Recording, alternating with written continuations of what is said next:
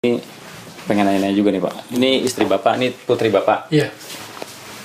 Menjadi anggota keluarga dari seorang penulis, terus juga ya pernah punya masa lalu yang tidak semanis umumnya orang Indonesia. Apa komentar istri dan anak? Sebelum saya menikah, saya tanya istri saya. Aku ini bekas tahanan. Kamu mau nggak? Nggak masalah dulu. Nah, udah. Nggak masalah. Dan dia harus terima konsekuensinya. Pada tahun 90 saya ditangkap lagi oleh Bakor Strasda di Keramat 5. Dia membesuk saya, diinterogasi oleh penguasa, yaitu risikonya. Keluar dan tetangga di sini mencibir dia ketika sebelum reformasi, ya dia itu risiko dia, ya kan? Dan dia terima dengan tabah. Dan dia membuktikan bahwa suami saya bukan koruptor, bukan maling. Dia masalah politik. Dan dia tidak tercela di dalam hidupnya. Apa? Dia juga tidak minta makan dari tetangga, tidak minta makan dari pemerintah. Kapan pemerintah pernah ngasih duit sama saya? Saya bayar pajak tiap tahun, ya kan? Nah, jadi dia ada proud sendiri, ada kebanggaan sendiri. Anak saya juga begitu. Anak saya tidak pernah merasa risih atau apa bahwa saya bekas tahanan. Dia melihat prestasi saya. Kalau ke toko buku dia kebetulan sama teman-temannya, yuk lihat yuk buku papa saya masih ada apa enggak di sini, masih ada enggak, dia cari di komputer. Dia secara alami saja melihat keadaan saya. Dia tahu persis apa yang saya derita. Kalau riwayat rumah ini gimana Pak? Bagaimana? Rumah ini. Riwayat rumah ini Pak. Saya beli. Oh, bukan karena pernah bekerja di Balai Pustaka? Enggak. Saya beli warisan dari orang tua saya dari Bali. Join sama istri membeli rumah ini. Kelihatannya elit ya. Generasi kami agak susah Pak. Pak, ini setelah ngomongin buku tadi sempat ngomong akupuntur Pak. Ya. Kayaknya perlu ngomong tentang akupuntur juga nih Pak. Kita ke bawah boleh Pak? Jadi ngos-ngosan lagi. Ya. Nggak apa Pak. Ya, Anda sudah punya ini ya. Tadi saya kasih satu. Oh iya maaf Pak. Bawa aja dulu. Itu sekedar untuk mengetahui. Itu saya terbitkan ketika ketika Frankfurt Book Fair. Jadi untuk memperkenalkan Yang tahun lalu Pak ya? Iya, tahun yang lalu. Iya. Yang berangkat siapa aja waktu itu Pak? Yang dari teman-teman Apa? yang sastrawan dari Lekram. Nggak cuma saya. Oh, coba Pak Putu ya? Iya. Silakan Pak, sekalian. Teman-teman yang lain ya nggak tahu. Isunya kan banyak di sana soal itu. Ya, isu 65 saya Jadi utama kan? Saya sebulan di sana.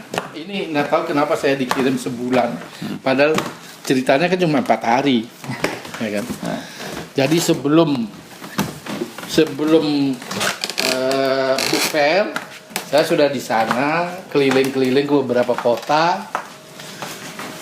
Kemudian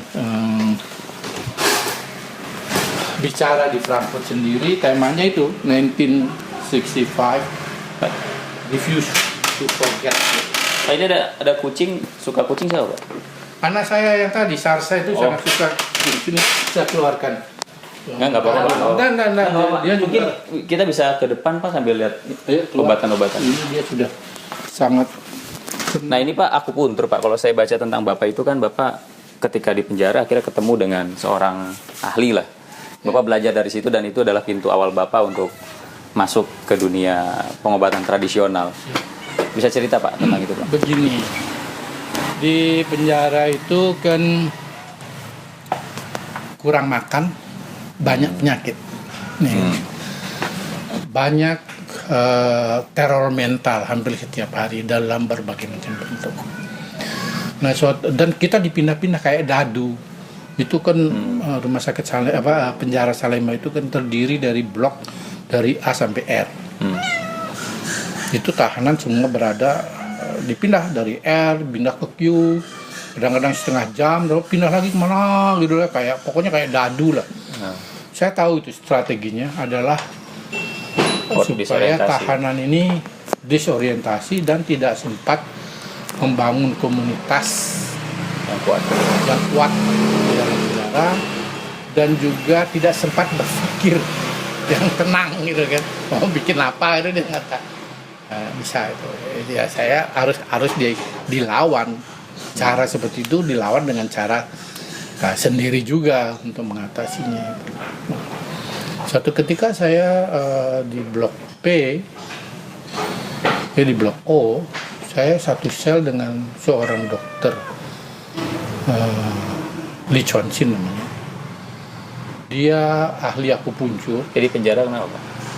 Sama juga. Nggak tahu. Nggak tahu ya? Itu tahanan di penjara, kita susah nanya, kamu di penjara karena apa? Namanya kamu interrogator. Dia lebih terus terang kepada interrogator daripada temennya. Oke. Iya kan.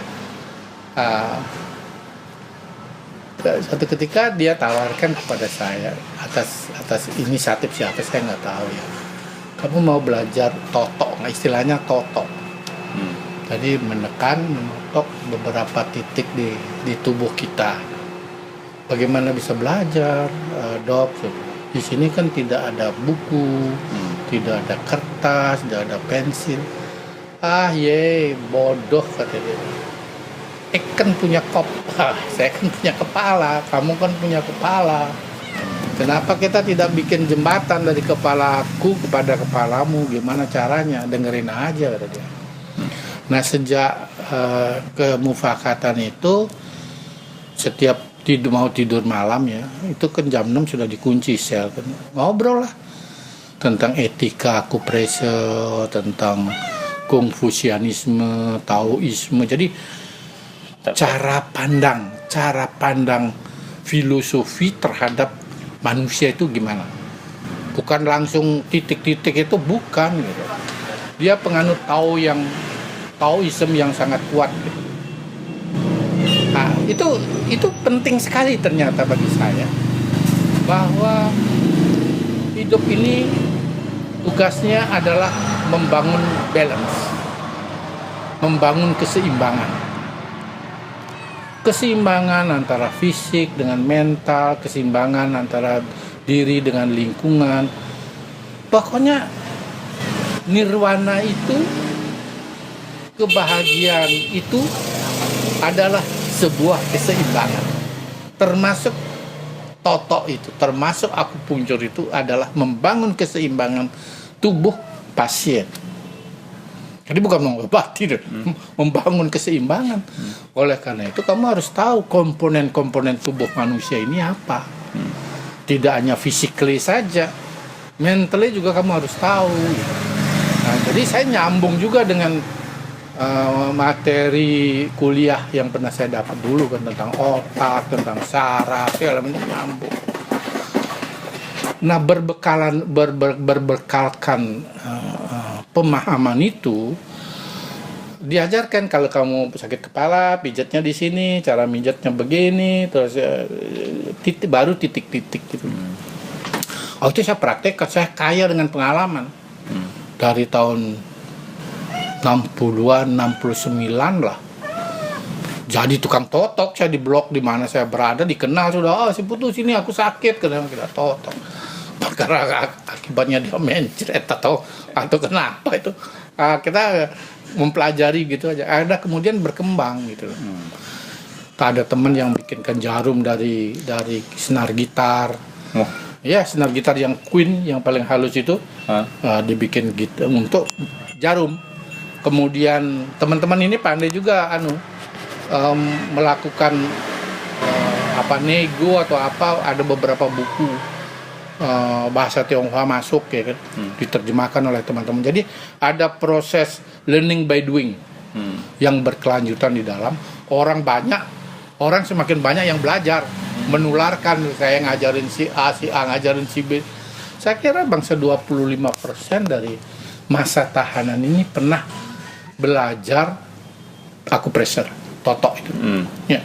Bahwasanya ketika dia keluar, sebagian besar mengurus izin praktik, sebagian besar mengikuti ujian negara akupunktur dan lulus dan berpraktik ya.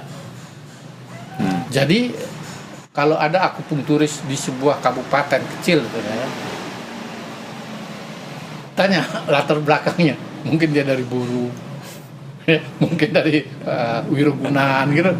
Jadi Mau tidak mau kita harus mengakui kenyataan bahwa para tahanan ini sesudah bebas mengambil profesi secara legal, artinya dia belajar, dia mengikuti ujian, meminta izin praktek segala macam, itu ikut mengembangkan akupunktur. Nah, sisi yang lain sebagian belajar herbal. Dan mereka belajar, mereka bukan tenaga oplosan gitu loh. Mereka belajar, qualified untuk itu.